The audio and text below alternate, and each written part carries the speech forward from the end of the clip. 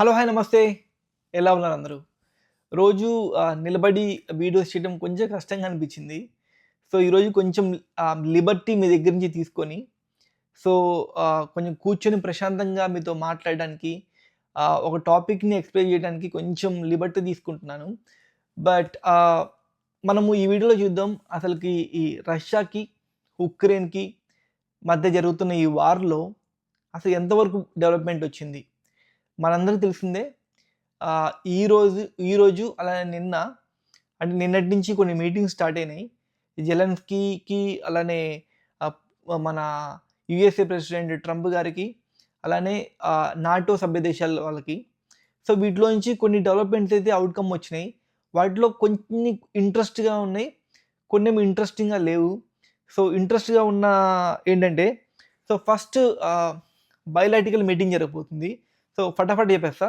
బయలాటికల్ meeting జరగబోతుంది. ఈ బయలాటికల్ meeting అంటే ఏంటంటే, సో, దీంట్లో కేవలం రష్యా, ఉక్రెయిన్ మాత్రమే బెంచ్ మీద కూర్చొని మాట్లాడుకుంటాయి. నెక్స్ట్ 3 పార్టీ మీటింగ్ జరగబోతుంది. 3 పార్టీ మీటింగ్ అంటే ఏంటంటే, సో, రష్యా, అమెరికా, అలానే ఉక్రెయిన్ ఈ 3 కలిపి ఒక బెంచ్ మీద కూర్చొని నెగోషియేషన్ చేయబోతున్నాయి. దాని తర్వాత ఆర్టికల్ 5 హామీ. ఆర్టికల్ 5 హామీ అంటే ఏంటంటే, ఈ నాటోలో ఉన్న సభ్య దేశాలు ఏ దేశమైనా సరే, వారికి గనుక వస్తే, ఒక యుద్ధం కనుక వస్తే, ఖచ్చితంగా ఈ సభ్య దేశాలన్నీ ఖచ్చితంగా రియాక్ట్ అవ్వాలి. Next security guarantee. Security guarantee అంటే ఇప్పటికే చాలా లాస్ అయిపోయింది ఉక్రెయిన్. సో, ఫిజికల్‌గా, మెంటల్‌గా, సో, ఏరియా పరంగా, సో, అన్ని పరంగా చాలా చాలా నష్టపోయింది. సో, రేపుదయం ఫ్యూచర్‌లో ఎకనామికల్ పరంగా వాళ్ళతో ట్రేడ్ జేయడానికి, వాళ్ళతో బిజినెస్ చేయడానికి కొంచెం మనీ పరంగా కొంచెం ఆ సెక్యూరిటీ గ్యారంటీ ఇవ్వటం అన్నమాట. Security guarantee.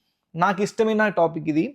బేసిక్‌గా అంటే నేను ఆర్టికల్ చదువుతుంటే ఎప్పుడో ఫోన్ ఓపెన్ చేసి ఎప్పుడో కొన్ని ఆర్టికల్స్ చదువుతూ ఉంటే ఎప్పుడో 1 ఇయర్ బ్యాక్ నేను ఒక స్టోరీ చదివాను. సో, ఆ స్టోరీ ఏంటంటే ఆహ్, రష్యా ఉక్రెయిన్ అంటే ఆహ్, ఆల్రెడీ ఉక్రెయిన్ భూభాగంని రష్యా కొంచెం ఆక్రమించింది. ఎప్పుడు? అది 2001 నుంచి 2002, 2003. సో, ఎప్పుడైతే ఈ 2001, 2002లో రష్యా ఆక్రమించిన ఉక్రెయిన్ భూమిలో నుంచి కొంతమంది పిల్లల్ని తీసుకెళ్ళి, కొంతమందంటే ఒకళ్ళిద్దరు గాదు. కనీసం, కనీసం 2000 మంది పిల్లల్ని ఉక్రెయిన్ నుంచి తీసుకెళ్ళి రష్యాలో బంధించింది. బంధించడమే గాదు, ఇలా బంధించినందుకు ఇప్పుడు మన అలాస్కాలో మొన్న మీటింగ్ జరిగింది. పుతిన్ గారిని పిలిచారు. సో, ట్రంప్ గారు. సో, అలాస్కాలో ఎందుకు జరిగింది? అలాస్కా ఎక్కడుంటదంటే, అమెరికాకి, అలానే రష్యాకి మధ్యలో ఉంటది. కొంచెం రష్యాకి కొంచెం దగ్గరగా గూడా ఉంటది అలాస్కా.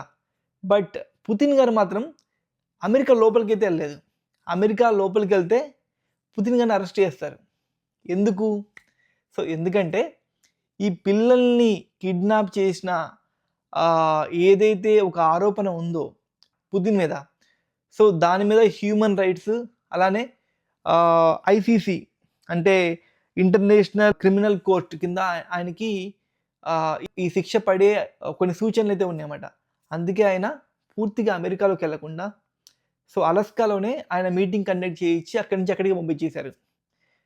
సో, ఈ 2000 మంది పిల్లల్ని తీసుకెళ్ళి రష్యాలో దాచిపెడితే, ఉంచితే, ఉంచటం ద్వారా ఉంచడమే గాదు, అలా ఉంచి ఈ 2000 మంది పిల్లల్ని ఎప్పుడైతే వదులుతాడో పుతిన్ గారు, అప్పుడే సీజ్ ఫైర్ స్టార్ట్ అయినట్టు. సో, అప్పుడే ఈ సెక్యూరిటీ గ్యారంటీలు, నెక్స్ట్ ఈ మీటింగ్స్‌కి అసలుకు ఈ శాంతి మీటింగ్స్‌కి వాటికి వీటికి నిజంగా పునాది పడినట్టు అని జెలెన్స్కీ గారు అంటున్నారు. సో, నిజానికి ఈ పిల్లల్ని తీసుకెళ్ళి ఏం చేస్తాడు? ఏం చేస్తారు పుతిన్ గాని, రష్యా గాని అంటే, ఈ పిల్లల్ని తీసుకెళ్ళి వీళ్ళకి ఒక ఐడెంటిటీ వచ్చిన తర్వాత అంటే ఆహ్, వాళ్ళకి ఒక 20 ఇయర్స్ వచ్చిన తర్వాత లేదా 19 ఇలా కొంచెం వాళ్ళు మైనర్ నుంచి మేజర్‌కి టర్న్ అయిన తర్వాత, సో, ఈ లోపల వాళ్ళకి అక్కడ స్కూళ్ళల్లో ప్రత్యేకంగా టీచర్లతో కూర్చోబెట్టి వాళ్ళకి ఫీడ్ చేస్తారనమాట. ఉక్రెయిన్ మిమ్మల్ని మోసం చేసింది. మీ తల్లిదండ్రుల్ని దూరం కావడానికి మీ నుంచి ఉక్రెయిన్ ప్రధాన కారణము అని అని కొన్ని పాఠాలన్నీ చెప్పి ఉక్రెయిన్ పిల్లలకి ఉక్రెయిన్ దేశం గురించే చెడ్డగా చెప్తారనమాట. అలా చెప్పడం ద్వారా సో ఈ 20 ఏళ్ళకి, ఈ 18 ఏళ్ళకి ఒకానొక టైంలో ఖచ్చితంగా ఈ పిల్లల్ని ఉక్రెయిన్ లోపలికి తీసుకెళ్ళి వదలాలి ఈ రష్యా వాళ్ళు. అది ఎలా అన్నా రావచ్చు ఆ సిచ్యువేషన్. సో వదిలితే వాళ్ళు మెల్లగా ఆ దేశానికెళ్ళి అక్కడున్న ఆ తల్లిదండ్రులకి, అక్కడున్న వాళ్ళ ఏజ్‌లో ఉన్న ఆ పిల్లలకి, అక్కడున్న యువతకి ఉక్రెయిన్ గురించి చెడ్డగా చెప్పి, సో ఉక్రెయిన్‌లో ఉన్న ప్రజల్ని ఫస్ట్ ఫ్రెండ్‌షిప్ చేసుకోవాలనుకుంటున్నారు రష్యా వాళ్ళు. అలా చేసుకోవడం వల్ల మన పుతిన్ గారు గానీ, లేకపోతే రష్యా అనుకుంది ఈజీగా ప్రాబ్లమ్ సాల్వ్ అయిపోతది. సో ప్రభుత్వం కంటే ప్రజలే గదా అక్కడ చాలా బలమైన వాళ్ళు. సో వాళ్ళనే సెంటిమెంట్‌తో పడగొడితే ఆటోమేటిక్‌గా సినారియో మొత్తం చేంజ్ అయిపోయిద్ది. సో దీనికోసమే ఈ 2000 మంది పిల్లల్ని తీసుకెళ్ళి బంధించారు రష్యా వాళ్ళు. ఈ స్మార్ట్ ప్లే అయినా బట్ రష్యా మాత్రం దీన్ని ఒప్పుకోవట్లేదు. బట్ చాలా ఆర్గనైజేషన్స్, బట్ చాలా కంట్రీలు అంటే చెప్తుందేంటంటే రష్యా చాలా స్మార్ట్‌గా ప్లే చేస్తది. ఇన్‌ఫాక్ట్ మనం చదివే ఉంటాం. రష్యా స్పైయింగ్ గూడా బా చేస్తది. అంటే గూఢచారం. సో మనం కొన్ని విషయాలు రష్యాని గూడా మనం నమ్మొచ్చు. కొన్ని విషయాలు నమ్మలేం. బట్ రష్యా తన నేషనల్ ఇంట్రెస్ట్‌ని చాలా బలంగా తీసుకెళ్తది. రష్యా అంటే ఈ నాటో సభ్య దేశాలకి, అమెరికాకి అసలు రష్యా ఎంతమందితో యుద్ధం చేస్తుందో తెలుసా? అసలు ఇప్పుడు మీరు చూస్తున్న రష్యా కాదు రష్యా. రష్యా చాలా చాలా పెద్దది. నేను 5థ్ క్లాస్‌లో చదువుకున్నా అనుకుంటా. యెస్, నేను 5థ్ క్లాస్‌లో చదువుకున్నా. ఒక ఫుల్ ఫార్మ్ గూడా ఉండేది రష్యా గురించి. సో రష్యా చాలా పెద్ద దేశమని చదువుకునేవాళ్ళం. రష్యా అప్పుడే పవర్‌ఫుల్ కంట్రీ అని నాకు అర్థమైంది. సో బట్ అందులో ఇండియా ఫ్రెండ్ గూడా కాబట్టి కొంచెం ఎక్కువ రష్యా గురించి తెలుసుకోవడానికి ట్రై చేసేవాడిని. సో రష్యా ప్లాన్ అదనమాట. అంతమంది పిల్లల్ని తీసుకెళ్ళి అక్కడ డంప్ చేసి మళ్ళీ వాళ్ళని ఉక్రెయిన్‌లో కలపడానికి. బట్ సో వాళ్ళని వదిలిపెడితేనే ఫస్ట్ శాంతి ఒప్పందం అనుకుంటున్నారు. ఆ శాంతి ఒప్పందం అక్కడి నుంచి స్టార్ట్ అవ్వాలని జెలెన్స్కీ గారు కోరుకుంటున్నారు. ఆ పిల్లలు చాలా ఇంపార్టెంట్ అని. నెంబర్ 2 ఇంపార్టెంట్ ఏంటంటే సో నాకు తెలిసి దీనికి జెలెన్స్కీ గారు ఒప్పుకుంటారో లేదో తెలీదు. బట్ ఒప్పుకోక తప్పదు. డాన్‌బస్ అని ఒక ఏరియా ఉంది. ఇది ప్రెజెంట్ రష్యాలో ఒక భాగంలాగా ఉంది. బట్ ఒకప్పుడు ఇది ఉక్రెయిన్‌లో భాగం.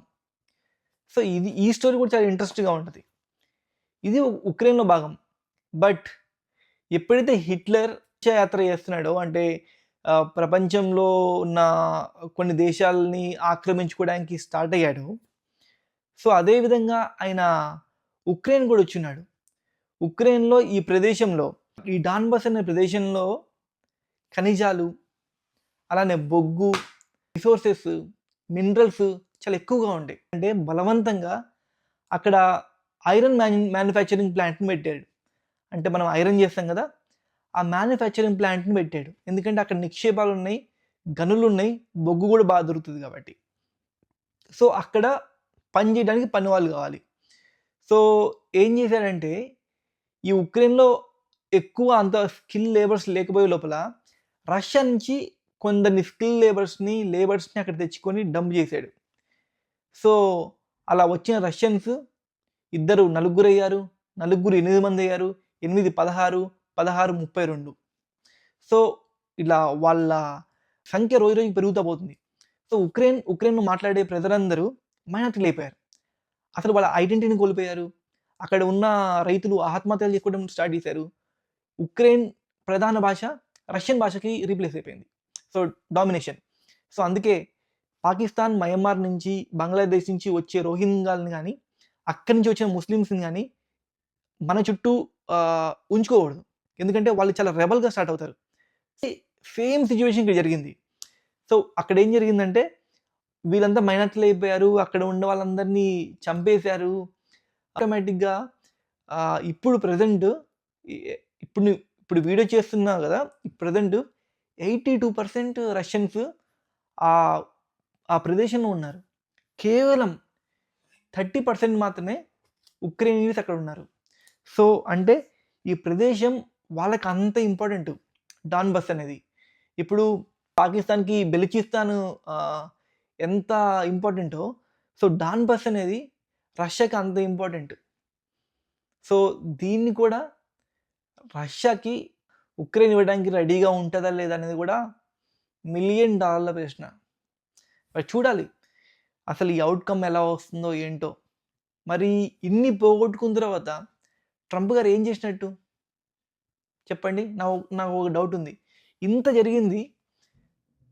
బట్ ట్రంప్ గారు అధికారంలోకి వస్తే ఈజీగా ఈ వార్‌ని ఆపేస్తాను అని చెప్తున్నారు.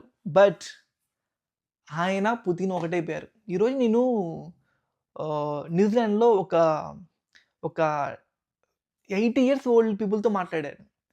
ఆయన ఆయన ఆయనకి నాకు కొంచెం డిస్కషన్ జరిగింది. జియో పాలిటిక్స్ గురించి.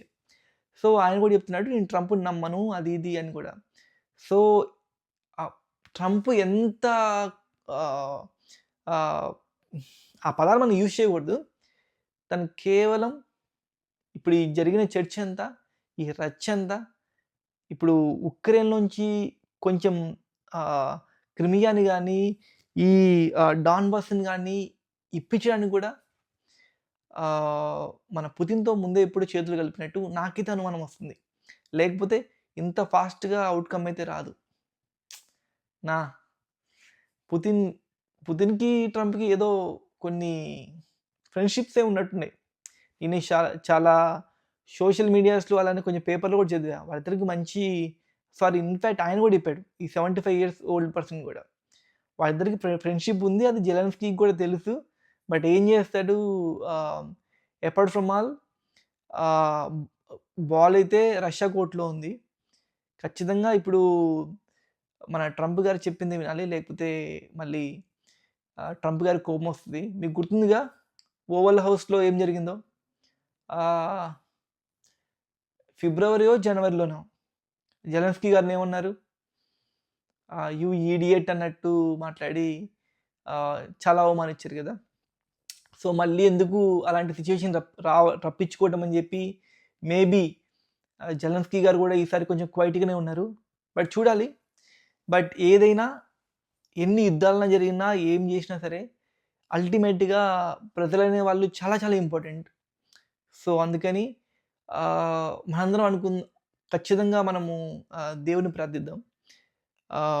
ఖచ్చితంగా ఈ యుద్ధం ఆగిపోయి ఇండియా మీద కూడా ఎటువంటి టారిఫ్‌లు లేకుండా కొంచెం ఎందుకంటే ఇండియా కూడా ఇప్పుడు మంచి పొజిషన్‌లో ఉంటుంది. సో, అందరూ రికగ్నిషన్ చేస్తున్నారు. మా థర్డ్ అతిపెద్ద ఎకానమీగా మారబోతుంది. సో, ఇవన్నీ జరుగుతున్నాయి. సో, అది ఈరోజు మ్యాటరు. సో, మీరు గనక సేమ్ క్వెషన్ లాస్ట్ వీడియోలో అడిగాను. మీరు గనక ఉక్రెయిన్ వైపు ఉంటే ఏ అని, అలానే రష్యా వైపు ఉంటే బి అని నాకు కామెంట్‌లో చెప్పండి. ఇన్‌ఫాక్ట్ ఎందుకు మీరు రష్యాకి, ఉక్రెయిన్‌కి సపోర్ట్ చేయాలి, వీరిద్దరిలో ఎవరి మధ్యలో సపోర్ట్ చేయాలని కూడా నాకు రాయండి. అండ్ ఇది స్టోరీ. సో, నా వీడియోస్ మీకు నచ్చితే ఏం చేయొద్దు. మిమ్మల్ని సబ్స్క్రైబ్ చేసుకోమని కూడా నేను చెప్పను. జస్ట్ లైక్ చేయండి. సో, లైక్ చేయడం వల్ల ఇంకొంచెం కొత్త వాళ్ళకైతే రీచ్ అవుతుంది. And that is the day. That is the developments. And this is Chandu RCB. ఎలా ఉన్నారు అందరూ? See you.